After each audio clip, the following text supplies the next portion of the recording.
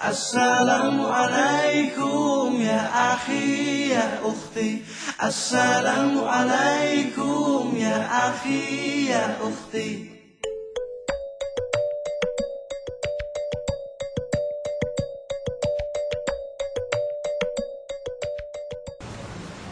Al-Fatihah.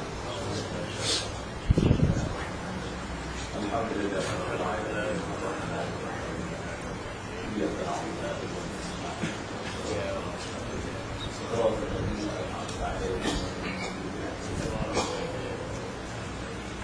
Innal hamdalillah nahmaduhu wa nasta'inuhu wa nastaghfiruhu wa nastaghfiruh.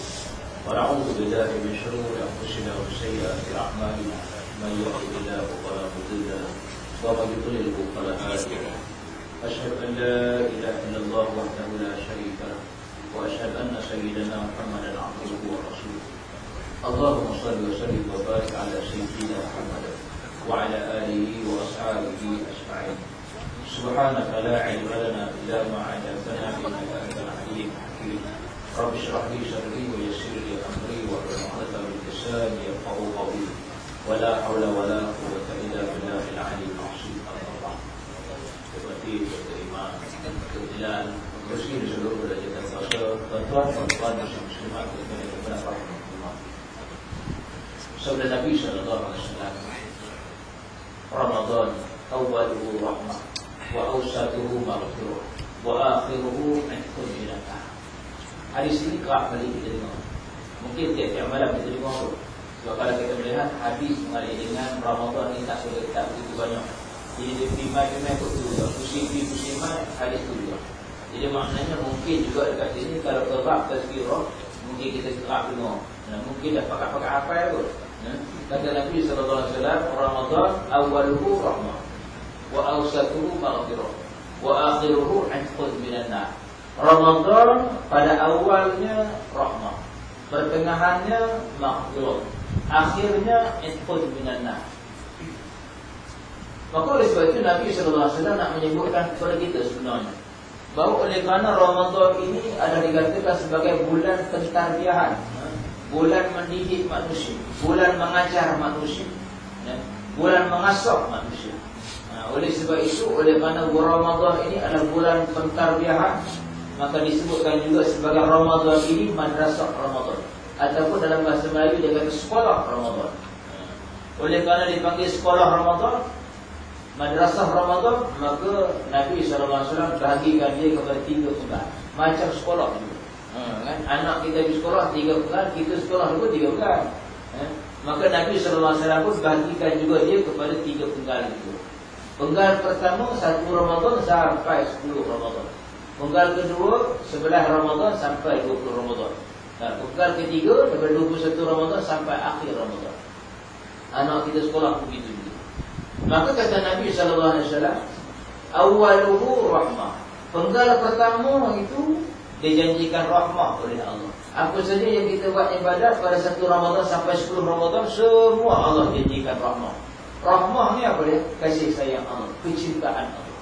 Kalau kita tengok, kita sesama manusia, cinta kita lah. Kalau kita dengan manusia ni cinta, ada cinta isteri dengan suami, cinta sayang. Suami sayang ke isteri, takak mana sayang dia? Takak mana suami boleh sayang isteri? Paling kuat kot raya ni dia beli baju raya tu sikit. Ataupun belilah barang kemai. Barang kemai, jangan udang. Sayang tu, sayang. Sayang isteri apa? Kuat-kuatlah kot dia buat kuih lebih kot. Dia masak sedap-sedap, buat masak daging merah. Tak pernah masak, dia masak daging merah, nak tunjuk sayang. Itu kasih sayang manusia, sesama manusia. Ataupun dia sayang kita, dia buat kuih yang kita suka. Itu tanda dia sayang tu. Tapi cuma manusia sayang kepada manusia takat tu. Takat tu. Manusia sayang kepada manusia. Tapi Allah sayang kepada manusia lebih jauh daripada itu. Bila Allah sayang kepada manusia, Allah beri rahmat kepada manusia, Allah sertakan tiket syurga. Masuk dalam syurga. Tiket syurga, bila boleh masuk dalam syurga, sifatnya khalidina fiha abada, kekal selama-lamanya dalam syurga. Boleh kekal selama-lama dalam syurga. Bukan sehari dua, bukan 20 tahun, 30 tahun. Kita isteri dengan suami kalau sayang, paling kuat pun sampai mati je. Paling tak 40 tahun. Lepas itu mati, dia tak nak. Dia cari lain. Kan? Suami punya sayang, isteri sayang, isteri sayang, isteri kan.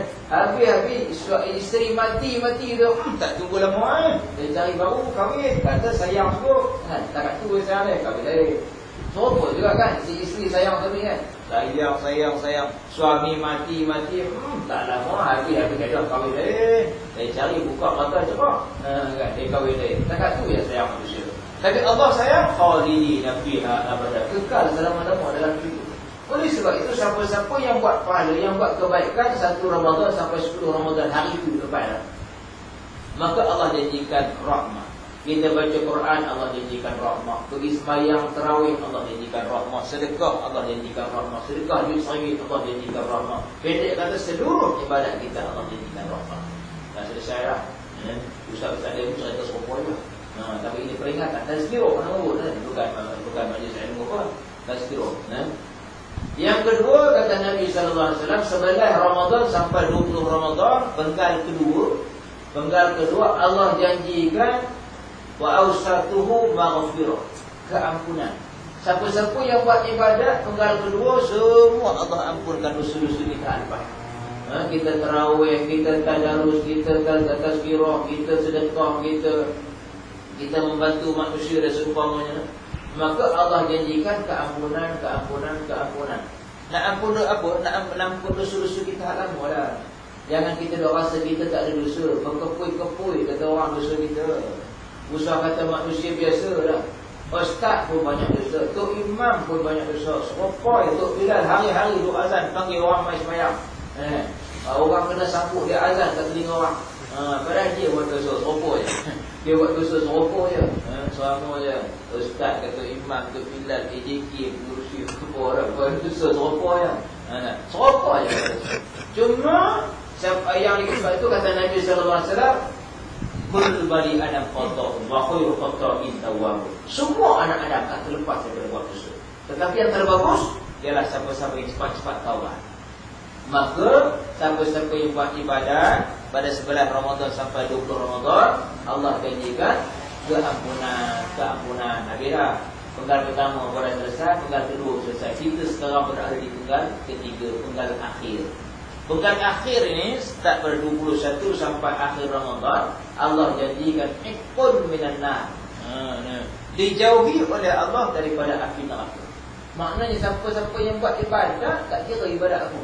Tarawih ke, tadarus ke, kita tazkirah ke, kita berselawat kepada Nabi ke, kita baca Quran ke, kita sedekah, segala-gala apa yang kita buat semua menjauhkan kita daripada api neraka. Satu ibadat kita buat jauh daripada neraka, jauh. Maknanya lagi banyak kita buat ibadat, lagi jauh kita daripada api neraka. Sebab itu penggal ketiga ini penggal yang sangat-sangat penting. Penggal ketiga lah penggal yang sangat-sangat penting. Apatah lagi di sana ada Lailatul Qadar. Penggal ketiga adalah penggal yang sangat penting. Serupa juga budak sekolah. Budak sekolah serupa juga. Penggal pertama tak apa-apa sangat. Penggal kedua kuat sikit. Penggal ketiga sangat-sangat penting. Sebab itu ayah-ayah, atuk-atuk kan, tengok anak dia pergi sekolah, tengok cucu pergi sekolah. Kalau orang penggal pertama tu penting lagi, dia tak kisah lagi. Anak nak ambil SPM kan, atau cucu dia ambil SPM. Penggal pertama penting, okey lagi, tak kisah lagi. Penggal kedua penting, dia naik angin sikit. Kamu ni penting SPM dekat adik, kau jaga dia. Penggal ketiga, jangan main-main. Jangan main-main dia. Kamu dekat lagi ni SPM masa depan kau dia. Kan, kamu kena skor, kamu kena pergi tuition, tak boleh penting. Kan, hujung-hujung di penggal ketiga kita paksa anak-anak, paksa cucu kita kan. Jangan penting-penting, sebab ini penting masa depan kamu. Serupalah juga madrasah Ramadan. Serupa juga madrasah Ramadan. Penggal pertama tak apa-apa, penggal kedua kuat sikit, penggal ketiga yang penting sebenarnya yang terpenting. Sebab itu Imam Ghazali kata, siapa-siapa yang berakal, mereka ini akan mencari akan bergiat melakukan ibadat pada penggal yang akhir Ramadan. Jadi oleh sebab itu kalau kita ni awal kuat, tengah kuat, hujung kuat, okey, berakal lah kita. Kalau awal kuat, tengah tak apa kuat, akhir langsung tak tahu surau. kurang akalnya. Gitu. Gitu. Jadi maknanya kita alhamdulillah kita ni kuat akal kita ni akal kita sempurna, kita tunggu 10 surau sampai akhir Ramadan. Kalau kita tengok ramai dekat surau-surau dekat lain, masjid-masjid kat lain. Awal-awal Ramadan ramai pasang kemah. Kalau setingkat pasang kemah sembahyang. Assalamualaikum. Bergema. Dekat betul. Kemah tu. Dia punya bergema budak-budak muda, budak-budak. Assalamualaikum. Bergema. Bagi ujung-ujung tu Allah. Tinggal AJK je kat depan. Allah nak sebut pun tak larat dah. Itu dia. Kurang akalnya. Gitu kan. Jadi makna alhamdulillah kita sampai ujung. Sebab apa? Sebab di hujung ini antaranya adalah Lailatul Qadar. Di sana ada Lailatul Qadar. Sebab itu disuruh kita ini kuatkan ibadat kita. Kita bukan disuruh cari Lailatul Qadar. Saya baca artikel baru-baru ni. Dia kata marilah sama-sama kita mencari Lailatul Qadar. Allah Akbar. Kata Lailatul Qadar tu bukan macam batu nak boleh cari. Lailatul Qadar tu bukan macam biji getar. Saya budak-budak dulu masa kecil cari biji getar. Nak buat main kan, cari biji getar, masuk dalam hutan getar, cari biji getar, cari lokan, kan? Cari ikut-ikut tepi pantai, cari lokan, nak jual. Saya kecil dulu. Tapi Lailatul Qadar tu bukan macam lokan boleh cari-cari. Sebab tu Nabi tak suruh kita cari Lailatul Qadar. Nabi suruh kita beribadat, lebihkan beribadat di hujung-hujung Ramadan. Kalau nak cari Lailatul Qadar, saya dah cari dah, tak jumpa. Saya dah cari dah dulu. Saya dah tunggu terlepas dulu lah. Dulu tahun 1985, saya pernah cari Lailatul Qadar bersama-sama orang-orang masjid dekat Ampang, Selangor. Kami dah cari dah. Tu imam kata apa? Tu imam kata ni lepas ni malam ni siapa-siapa yang nak ikut serta mencari Lailatul Qadar silalah kumpul. Kami berkumpul. Saya antara orang yang paling muda. Berkumpul dekat masjid pukul 12 malam nak mencari Lailatul Qadar. Sebab kita dengar hebat sangat Lailatul Qadar ni. Kalau kita tengok disebutkan dalam Al-Quran Lailatul Qadar khairun min alf syahr. Kan? Lailatul Qadar itu lebih baik daripada 1000 bulan. Hebat. Maka saya pun antara orang yang turut serta pergilah ke masjid nak cari Lailatul Qadar. Tu imam pun susun kami. Lebih kurang kami ada 12 orang. Kami ada 12 orang yang rajin nak cari Lailatul Qadar. Yang lain semua malas. Kami 12 orang datang, bukan duduk masjid, duduk kat balai lentang kat luar, lentang tikor. Duduk sana.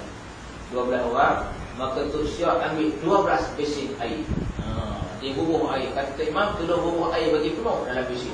Susun 2 orang. 12. Jadi kami 12 orang ni duduk menghadap air. So imam suruh rendam tangan dengan air. Tangan kiri rendam dengan air, tangan kanan pegang tasbih. Allah. Dia kata jangan buang masa. Kata imam betul tu. Tangan kiri rendam air sampai kembang tangan. Tu imam kata kalau tiba-tiba air tu jadi keras, air jadi batu, itulah dia Lailatul Qadar.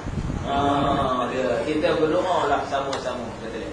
Jadi oleh kerana supaya tidak menyusahkan, kita bagi 2 kumpulan.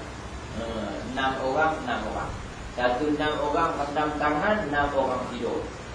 Lepas 1 jam kejut orang tidur. Kecil-kecil kita orang muda kecil-kecil pengaji. Kadang selesai lah.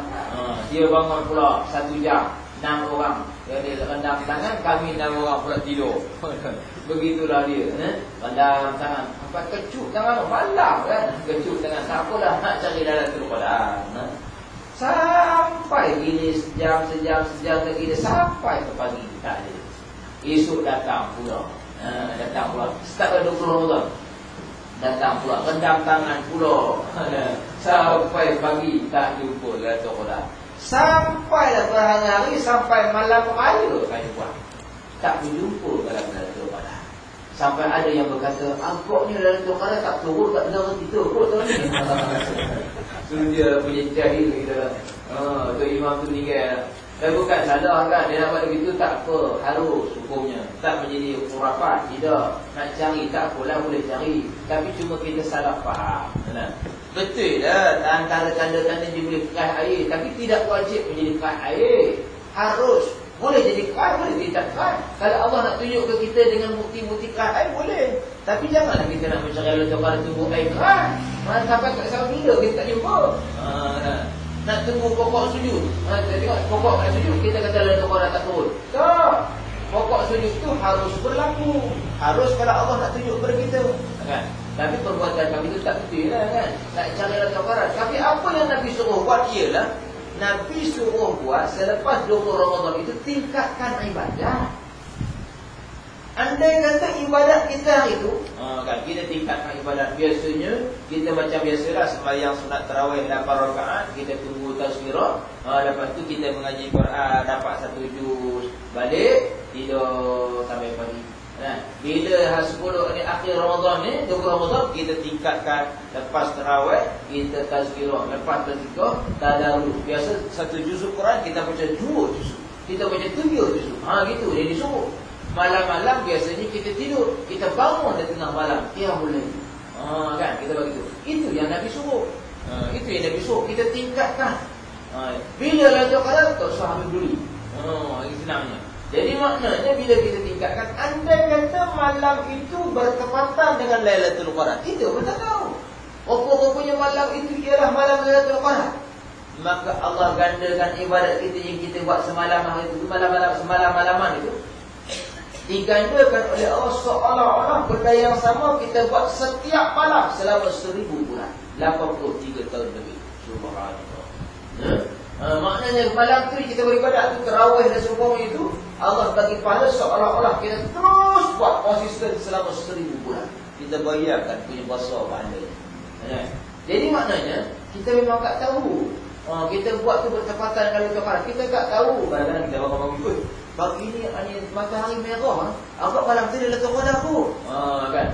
Itu cuma andaian kita. Tak usah kira lah. Yang pentingnya kita buat ibadat, andai kata bertepatan dengan Lailatul Qadar, kita dapat gandaan seolah-olah kita buat selama 1000 bulan tadi. Bila malam Lailatul Qadar ni ramai pakak-pakak buat qiyamul lail. Macam-macam hal. Sebelum ni semalam kemarin saya dapat nombor telefon. Semalam juga sebelum tu pun saya dapat telefon. Semalam ada orang telefon. Ustaz nak saya perempuan nak telefon. Mana dapat dia? Ini saya nak tanya mana? Saya kata mana dapat nombor telefon sini? Itu dekat hotel Kismis Ustaz. Saya kata bagus juga Kismis saya kan. Ada juga nombor telefon tu. Okey, kenapa nak tanya? Dia kata saya nak tanya. Kami ni semayang sunat apa tu? Tasbih. Tok Imam tu baca tak cukup Ustaz. Dia kata, berapa dia baca? Patut 300. Tok Imam tu baca dia kata 295. Saya kira, cakap betul orang tua ni. Dia kira sebiji-sebiji, subhanallah, alhamdulillah, wa la ilaha illallah, Allah akbar. Dia kira sebiji, dia kata Tok Imam baca tak cukup. 5 aja dia kata. Saya macam nak mubarakah Ustaz. Ya Allah, nak mubarakah. Sembahyang sunat tasbih di sini buat nak. Okey, buat apa? Qiyamul lail. Sembahyang sunat tasbih. Sembahyang sunat tasbih tu satu rakaat ada 75 tasbih. Kita sembahyang 4 rakaat. 4 rakaat ada 300 tasbih. Yang 300 tasbih sembahyang sunat tasbih ni. 4 rakaat ada 300 tasbih. Dan kira-kira dia kata tak cukup. Dia kata ada 295 ya Ustaz. Saya mubarakah. Allahu akbar. Ya rugi ya mubarakah. Dia kena tahulah itu sembahyang sunat. Bila sembahyang sunat tak apa. 295 tak apa. Cukup 300 tak apa lagi bagus. Terlebih. Ada juga hari tu yang suruh tu dia kata terlebih Ustaz. Berapa lebih? Lebih 2. Ya Allah. Lebih 2 boleh kira. Lebih 2. Lebih bagus. Kalau lebih lagi bagus. Kalau tak cukup. Okey tak apa. Kalau nampak lagi cantik. Lebih Ustaz. Lebih lagi bagus. Saya rugi Ustaz. Saya mubarakah. Ya Allah. Jangan mubarakah lah. Okey tu. Jadi maknanya sembahyang ini sembahyang sunat. Boleh lah kita buat kalau terlebih tak apa, tak cukup pun tak apa. Jadi begitu juga ada juga yang timbul mengenai dengan sembahyang apa tu witir. Ramai juga orang mengenai dengan sembahyang sunat witir. Bila habis sembahyang tarawih, witir cabut lagi. Tanya dia ni, katanya, pasal apa lari tak sembahyang witir? Dah Ustaz, nanti malam sekarang kita nak sembahyang ni, nak sembahyang malam nak panik yang boleh, kau tak boleh witir. Ya Allah, dia lari bu. Hari kamu ni, saya kata patah sembahyang witir. Saja dia tengok depa lari, saya pun lari. Dia tak tahu hujung ke pakai, dia pun pulau begitu, tak sembahyang sunat witir. Ya Allah. Nah, saya kata, tuan-tuan, kalau kita nak sembahyang sunat witir, jangan berbaloi. Jangan berbaloi. Kalau kita ambil dua pendapat. Satu pendapat menyebutkan bahawa witir itu ialah penutup kepada solat. Maknanya bila dah habis sembahyang tarawih, bila kita sembahyang sunat witir, lepas tu tak boleh sembahyang lagi dah, sebab itu dah penutup. Itu pendapat pertama. Pendapat kedua kata, bila kita lepas sembahyang sunat tarawih, kita sembahyang sunat witir, penutup, habis. Kalau nak yang mulai sembahyang balik, tutup balik, tak ada masalah. Jadi maknanya jangan kita rasa gundah bulan. Oh, dah witir dah tadi tak boleh.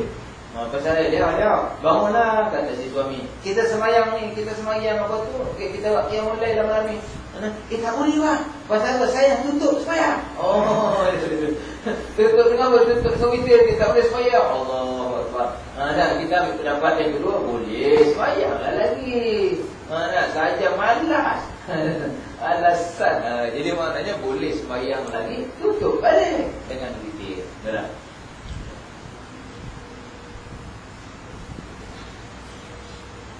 Baik, tuan-tuan rahimahullah. Maknanya kita tingkatkan malam-malam akhir Ramadan ini. Ini yang dia katakan orang yang berakal. Di hujung-hujung Ramadan ini kita tingkatkan. Dan begitu juga tuan-tuan, saya nak tanya, apakah ibadat yang paling besar pahala yang kita nak buat? Ibadat apa yang paling besar? Ada orang kata pergi Mekah besar. Mekah betul besar pahala, tapi ada lagi yang lebih besar. Sembahyang sunat kan Ustaz? Pasal apa? Sebab dia kata sembahyang sunat yang masa Ustaz kata dulu lah, sembahyang sunat subuh. Siapa-siapa yang sembahyang sunat subuh, nilainya seluruh dunia dan isinya tak setanding dengan sembahyang sunat subuh. Maknanya sembahyang sunat subuh atau dipanggil sebagai sembahyang sunat fajar, pahalanya lagi besar daripada nilai dunia dan isinya. Dunia ada apa? Dekat bumi ada apa? Dalam bumi itu segala-gala ada khazanah. Dengan minyaknya, dengan emas, peraknya, dengan petrol, ada macam-macam, ada batu arang-arang batu, segala-gala ada dalam bumi itu. Kat langit ada apa? Langit tujuh lapisan langit itu macam-macam, dan isinya ada bulan, bintang, matahari, cakrawala. Mahal nilai harganya tu, kan? Kalau kapal terbang kecilnya begitu pun dah kita tak larat nak beli dah. Ini seluruh dekat atas langit tu. Atas dunia ada apa? Gudang-gudang, gedung-gedung, stable lumba-lumba kuda. Kata Firaun dia kan, stable lumba kuda kan. Dia dengan banglonya, dengan apa dia? Dengan tanah-tanah, bendang, tanah-tanah sawah, tanah-tanah kelapa sawit, tanah durian. Semua segala-gala isinya. Berapa nilainya? Berapa nilainya? Berapa sekali berapa pound sterling? Nilainya. Berapa banyak harganya?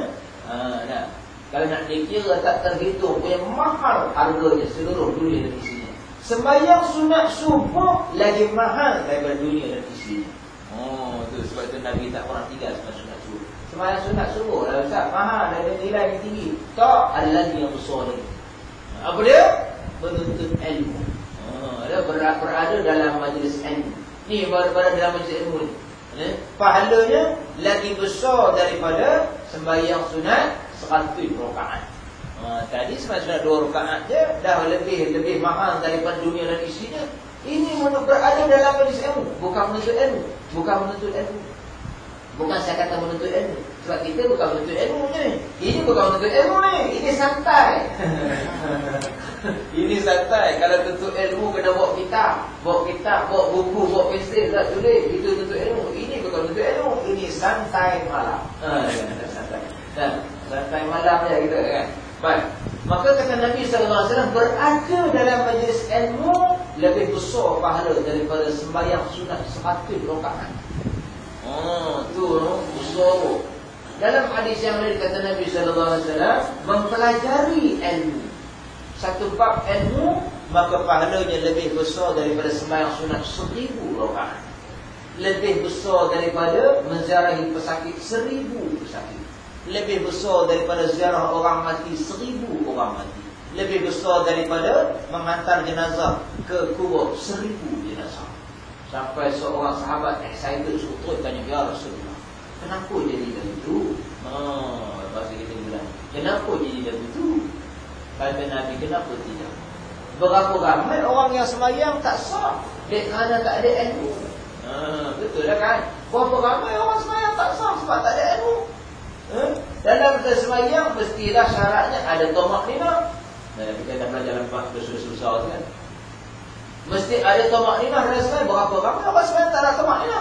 Sami Allahu liman hamidah, Rabbana lakal hamdu. Goyang-goyang kan? Dia sujud habis. Dia tak ada tamak nina, batal sembahyang dia. Ikut Imam Mazhab Syafi'i, batal sembahyang sebab gerak lebih dari 3 kali. Batal sembahyang.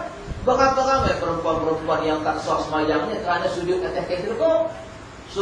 Kain telekung pun, tangan letak atas kain telekung, dahi letak atas kain telekung. Berapa ramai? Lalu tak sembahyang ini tidak sah mengikut Mazhab Syafi'i. Jadi maknanya sujud atas kain telekung. Pasal apa dia tak sah?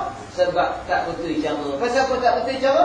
Sebab tak pergi mengaji. Sebab apa tak ngaji? Malas. Kata dia kan. Jadi mana itu puncanya. Berapa ramai orang yang pergi ziarah orang sakit tak mendatangkan hasil apa-apa, tak membuat iktibar apa-apa pun. Sebab apa? Sebab tak ada adab berziarah orang sakit. Berapa ramai orang yang tak mendapat iktibar pergi ziarah orang mati. Pasal apa? Sebab pergi ziarah orang mati tak ikut adab-adab. Cuba tengok macam mana orang kita sekarang buat macam mana. Bila ada orang mati, apa dia buat?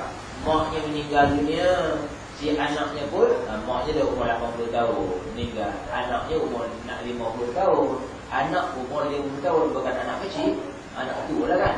Bila mak meninggal dunia, si anak pergi sewa kemah, kemah letak depan rumah dia. Semua buat begitu. Sewa kemah letak depan rumah. Itu ambil kursi 100 biji kursi. Lepas tu kursi 4 duduk 4 duduk. Lepas tu letak 2 jam untuk orang sumbang duit, sedekah duit.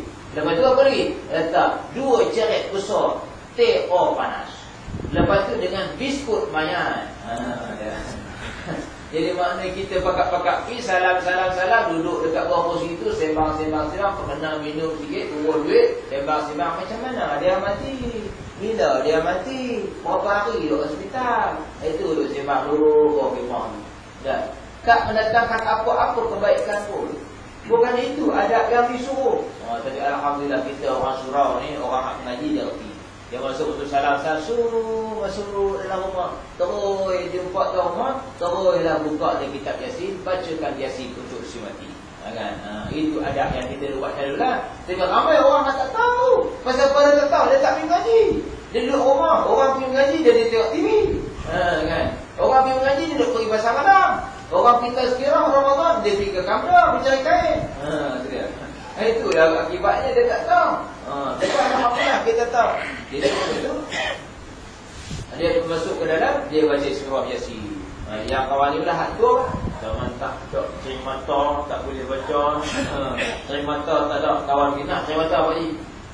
Tak boleh. Bagaimana boleh? Tak boleh. Bukan dia tak boleh ngam semata tu, sebab dia tak boleh baca. Kita ada silap bagi cari mata dia kata tak boleh, dia tak boleh. Bukan tak boleh tengok, boleh tengok tapi tak boleh baca. Kan senang cakap dah. Tak boleh baca nak buat guna? Baca lah Qul Allah ke, baca Fatihah ke, baca tahlil ke, la ilaha illallah. Tahlil saya pun tak tahu nak mukadimah tahlil, saya tak tahu. Tak payah mukadimah. Tahlil tu yang mana? Tahlil tu ialah la ilaha illallah. Sudah. La ilaha illallah, la ilaha illallah, la ilaha illallah. Baca 20 kali, ya Allah, aku sedekahkan, aku hadiahkan bacaan aku ini kepada si mati. Habislah. Sudah tu kita keluar ucap takziah kepada keluarga si mati. Sabarlah cik. Sabarlah yang pergi tetap pergi juga. Kita yang hidup ni, kita kena berat-berat, kita kena bersedia lah untuk mati juga. Sabar banyak-banyak ya. Yelah. Tak keluar. Itu yang disuruh. Oleh kerana tak ada ilmu, maka tak ada adab. Dia duduk di bawah kemah tu sampai balik. Nah, sebab itu kata Nabi SAW, berapa ramai orang yang buat ibadat tapi tak dapat pahala. Pasal apa? Pasal tak ada ilmu. Oleh sebab itu, tuan-tuan, puan-puan, rahimahullah, Allah. Sebenarnya Ramadan ini kita duk mari tazkirah, teruskan secara istiqamah supaya kita marilah majlis ini. Saya sedih tengok banyak tempat-tempat yang tak ada, yang pertama tak ada majlis ini, tak ada tazkirah. Yang kedua ada juga yang saya pergi, saya nak cerita satu masjid besar. Baru saya dapat, ni saya masuk di pintu hari yang ke-10 lebih kurang 10 Ramadan. Saya pergi tuan-tuan. Dalam masjid tu ramai sembahyang. Perempuan 7 saf, 8 saf belakang. Saya tu, oi makmurnya. Lepas sembahyang habis dah tarawih 8 rakaat. Tu imam berhenti, dia break sekejap. Ustaz, kau nak bagi tazkirah sekarang? Saya kata, kenapa tak bagi habis? Tak, biasanya dia kata, kalau tak suruh habis kan kata. Saya kata, habis kata apa? Boleh juga kalau Ustaz kata gitu. Dia memperhabis dah betul. Saya tak faham di situ. Saya ingat tak ada apa-apa, okey je lah perhabis dah. Rupanya dia ada strategi dia, perangkap jemaah. Dia sistem perangkap. Dia suruh buat tazkirah dulu, sekarang baru sambung witir supaya orang tak lari. Saya mana tahu. Saya perhabis tu, habis taqabbalallahu minna minkum, inna minkum taqabbal ya qarib. Habis tu. Tuan-tuan, nampak kita ada tazkirah ni. Ni. Tak kira dah. Kita belakang. Ada apa tu? Bubur durian. Kat belakang tu ada bubur durian. Dia orang pakai bubur durian dengan roti. Dah pakai. Pergi habis. Tinggal 2 sah kat depan. Tu pun orang tua-tua. Orang tua-tua tu agaknya hak kecil manis. Tak ada makan durian. Ya, sihat semua. Kat belakang habis lah. Saya tengok, ya Allah, saya sedih sungguh. Perempuan 7 saf, habis. Habis, saya tengok, ada yang elak jauh kan. Saya nampak cokor seorang perempuan, belakang seorang perempuan. Ini bagus tu, seorang perempuan tu, siapa dia? Saya tak pakai kacamata. Saya pakai kacamata. Allah, bini aku. Allah, dia seorang kat belakang. Yang dia habis, bukan orang ya. Ya Allah. Itu dah. Jadi makna kalau kita tengok begitu, punyalah tak tahu nak dibeza yang mana hak wajib, yang mana hak sunat. Tarawih tadi ramai, tarawih tu sunat. Yang tazkirah tu wajib, dia cabut lagi pasal apa? Yang tu yang siharan. Yang hak wajib tu dia cabut, yang hak sunat tu dia tunggu. Pelik betul manusia. Sebab itu kalau kita tengok hari itu saya dah sebut satu peringatan Allah. Sekali lagi saya ingatkan. Apa kata Allah Subhanahu Wa Taala di dalam Al-Quran? Dari apa ni? Ada hubung kaitnya dengan orang-orang yang melarikan diri daripada peringatan Allah. Kata Allah Subhanahu Wa Taala, sekali-kali, "Wa man a'rada 'an dzikri fa inna lahu ma'isyatan dhanka wa nahsyuruhu yawmal qiyamati a'ma. Qala rabbi lima hasyartani a'ma wa qad kuntu basira. Qala kadzalika atatka ayatuna fa nasitaha wa kadzalika al-yawma tunsa." Kita risau juga ada amaran Allah cukup keras. Kata Allah, "Wa man a'rada 'an dzikri." Siapa-siapa yang berpaling daripada peringatan Allah, tak mau dengar peringatan Allah. Kalau ada majlis ilmu dia blok, dia cabut lagi. Kalau ada tazkirah dia tak mau tunggu tazkirah. Kalau ada tazkirah, kalau boleh tu sobat tazkirah lah. Kita buat sembahyang biasa tazkirah lah. Dia jadi kan. Kalau pergi kenuri tu kenuri, ya tu sobat tazkirah lah. Apa ni leceh ni nak pakai ni. Maka sekarang tak bersih dah. Banyak dah fikir gitu. Fa'inna lahu ma'isyatan dhanka. Sesungguhnya bagi mereka ini Allah akan beri kepada mereka kehidupan yang sempit. Allah sempitkan hidupnya. Gaji besar tak cukup. Gaji 3,000 bos tak cukup. Tak cukup. Gaji 4,000 bos bagi tak cukup. Gaji 5,000 tak cukup juga. Kawan gaji 1,500, anak 3 juga. Okey, selesa je. Riang-riang gembira. Anak 3 okey. Dia tak cukup. Ada duduk rumah agak besar. Tak selesa. Rasa sempit, tak selesa. Nak bagi besar lagi, nak besar lagi. Kawan rumah kecil juga, anak 3 juga. Okey, selesa. Jadi tekan kehidupan itu. Bergaduh, riuh benda. Anak-anak gaduh dengan bapak gaduh dengan anak lempang bapak tumbuk anak. Gaduh dengan isteri berlawan suami. Kan? Nak kalau nak katakan isteri tu ramai, buat dah bergaduh kot. Isteri satu tu, dia duk bergaduh lagi. Mengadap kau bergaduh, mengadap kau bergaduh. Apa hal? Kalau isteri 2, 3 kau bergaduh. Kalau jika juga kan. Isteri satu duk bergaduh lagi. Apa pasal? Kita kena cek balik pasal apa. Ini dikatakan kehidupan yang satu. Tak apa lagi. Di hari akhirat esok dia bantai sekali lagi. Fa inna lahu ma'isyatan kita wa nahsyuruhu yaumal qiyamati a'ma. Di hari akhirat esok dibangkitkan dekat padang mahsyar esok buta pula. Bangkit buta. Raba sana tak kena, raba sini tak kena, nak cari anak, nak cari isteri, nak cari bapa, nak cari mak, nak cari kawan-kawan, nak minta maaf dan seumpamanya. Dia meraba kita dalam keadaan buta. Tak pentingkan itu. Yang paling penting nak jumpa Rasulullah. Bila jumpa Rasulullah nak mengadu, ya Rasulullah, aku ni umat engkau ya Rasulullah, pengikut engkau, pengamal sunnah engkau ya Rasulullah, tolonglah beri syafaat kepada aku supaya percepatkan kiraan amalan aku. Recommend kat malaikat percepatkan kiraan amalan nak masuk dalam syurga. Tak tahan lah, panas dah. Nabi Muhammad pula panggil ummati, ummati, umat aku mari sini, umat aku mari sini. Betul? Sebab kalau kita tengok umat Muhammad orang yang awal sekali masuk syurga, walaupun umat Muhammad lewat lagi di atas dunia, kan? Tapi kita awal-awal masuk dalam syurga. Dia bagi umat aku mari sini, nak bawa masuk syurga. Dan kita duduk meraba, sumpu dia. Bila terus mengadu kepada Allah. Qala rabbi lima hasyartani a'ma wa qad kuntu basira. Tuhan, kenapalah kau bangkitkan aku dalam keadaan buta ya Tuhan? Ya Allah, kenapa kau bangkitkan aku buta? Dulu aku okey, dulu mata aku elok ya Allah. Kenapa aku sekarang buta? Qala kadzalika atatka ayatuna fanasitaha wa kadzalika al-yawma tunsa. Allah terus jawab. Dia kata demikianlah. Dulu kehidupan kamu dekat dunia, dulu kamu sering melupakan aku. Kamu berpaling daripada peringatan aku. Daripada tazkirah daripada aku. Kamu melarikan diri daripada peringatan aku. Wa kadzalika al-yawma tunsa. Hari ini kata Allah, aku juga akan melupakan kamu. Jadi maknanya berat sungguh orang-orang yang tak mendengar majlis ilmu. Maka oleh sebab itu tuan-tuan, rahimahullah, kita ni disuruh berada dalam majlis ilmu. Tak kira lah kita ni di mana tadi kita carilah ilmu. Hak perempuan yang ada lelaki dan tentulah diwajib menuntut ilmu. Hak perempuan diwajibkan juga menuntut ilmu. Sang suami wajib mengajarkan isterinya di rumah menuntut ilmu. Wajib mengajarkan isteri. Tapi kalau dia pun tak boleh nak ngajar, maka wajib baginya bawa isterinya tempat belajar ilmu di surau dekat masjid dan seumpamanya. Kalau sang suami tak bawa, si isteri tu bolehlah keluar rumah pergi cari ilmu. Bukan cari suami, cari ilmu. Dekat surau atau dekat masjid. Sekarang surau dekat masjid banyak. Setiap malam jadi ilmu. Cuma nak tak nak je. Ada, kita ada pilihan. Mari surau ni, Allah, tak ambil, tak biar cerai.